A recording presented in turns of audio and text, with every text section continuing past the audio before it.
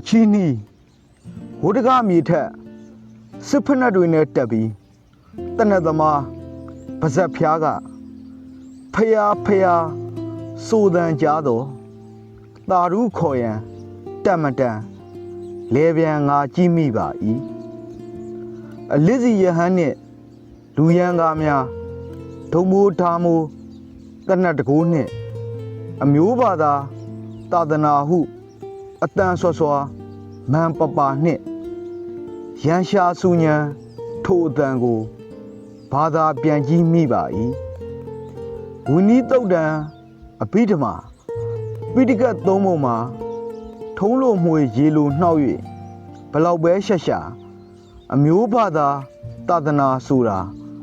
ဘယ်နေရာမှမပါအငှားပါဇက်တရားနဲ့ဖျားမြတ်စွာဟုတစားစားအော်တော်ညာလဲနှလုံးသား၌ဖျားမရှိနားကြီးပါပြီနိုင်မြတ်မှာ